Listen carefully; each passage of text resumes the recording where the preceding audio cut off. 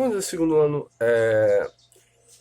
Hoje a aula vai ser um pouquinho mais rápida, mas aqui chamamos de um encerramento do capítulo correspondente às últimas aulas, tá? A aula de hoje tem a temática daquilo que chamamos de ilusão de ótica.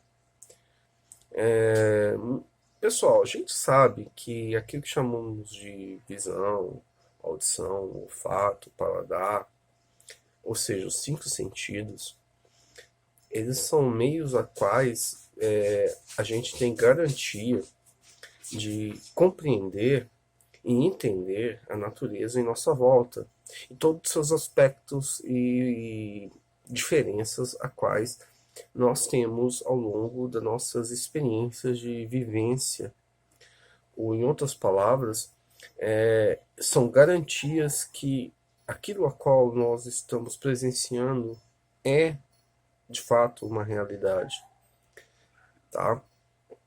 Só que, de certa forma, a gente, a gente na nossa, aquilo que chamamos a nossa vivência em sociedade, muitas das vezes a gente somos indagados ou somos colocados em teste para aquilo que chamamos de uma forma de experiências a quais geram uma certa, ou a palavra podemos dizer ilusão, ou podemos ser de certa forma enganados pelos nossos sentidos. No caso aqui, eu vou focar um pouco sobre o conceito de ilusão ótica, tá? Ou também conhecido como ilusão de ótica, que é aquilo que chamamos de meios a qual a nossa visão ela acaba tapeando o nosso cérebro. Boa parte das vezes, pessoal, tudo a qual tudo aquilo que acontece numa sensação ou em um momento a qual nós temos a sensação de que estamos vendo algo, mas estamos vendo algo totalmente diferente, nada mais é do que aquilo que chamamos de, como podemos dizer, uma experiência a qual o nosso cérebro ele é tapeado ou ele é enganado pelos nossos sentidos. Ou seja, a nossa visão tem a capacidade de enganar o nosso cérebro. Ou seja, nós acreditamos que vemos uma coisa, mas é apenas uma forma a qual a nossa visão acaba dando um certo drible em nosso cérebro perante a certos tipos de imagens ou fatos. Vamos pegar aqui um exemplo bem simples que a gente pode entender esse conceito de ilusão de ótica. É,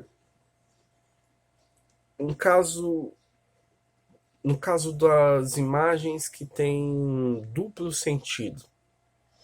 No livro, vocês vão ver, lá na página 177, 176, que temos uma imagem de uma moça, que aparentemente nós acreditamos que é uma moça, mas que nós observarmos de um outro ponto de vista, nós vamos ver uma senhora de idade. Ou seja, a mesma imagem que representa a imagem de uma pessoa nova, uma pessoa jovem, pode também apresentar a imagem de uma pessoa que aparentemente tem uma idade mais avançada. Não é que nós vemos de uma perspectiva diferente a imagem. A imagem, ela pode representar, de certa forma, as duas coisas. Mas o que nós vemos em primeiro plano, muitas das vezes é aquilo que chamamos aquilo de imagem mental, ou seja, a imagem a qual nós somos impactados perante o momento. Muitas das vezes nós temos a informação em um segundo plano, nós mudamos a perspectiva e o ponto de vista. Ou seja, o nosso cérebro ele acaba sendo estimulado a ver o outro ponto. Ou seja, em algumas pessoas podem ver a imagem tipo, né, no primeiro ponto ou uma mulher jovem ou uma mulher idosa. Isso não quer dizer que a pessoa está se enganando, o cérebro está se enganando. É apenas a primeira imagem a qual o cérebro recebe. E essa imagem ela é dita como algo que é verdadeiro. Ou seja, é a primeira impressão a qual nós temos perante essa imagem. A partir do momento a qual nós recebemos a segunda informação, o nosso cérebro consegue codificar e entender uma outra imagem por trás dessa primeira. Ou seja, nosso cérebro ele acaba sendo, de certa forma, tapeado. Ou, em outras palavras, nosso cérebro ele é enganado. Tá? Mas é apenas a ilusão de ótica que, que acaba enganando o nosso cérebro? Não. Nós também podemos ser enganados pelos outros sentidos. Vamos pegar um exemplo aqui da seguinte situação. Imagine se vocês têm os olhos vendados.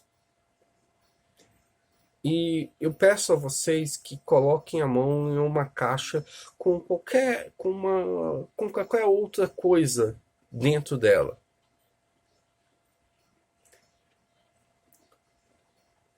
Vocês podem ter inúmeras impressões sobre aquilo a qual vocês estiverem tocando dentro da superfície, dentro da caixa. Pode ser qualquer coisa. Mas a imagem mental a qual vocês vão ter perante aquilo pode ser totalmente diferente da realidade a qual vocês estão presenciando. Ou seja, o tato também pode enganar. Também o olfato gera engano.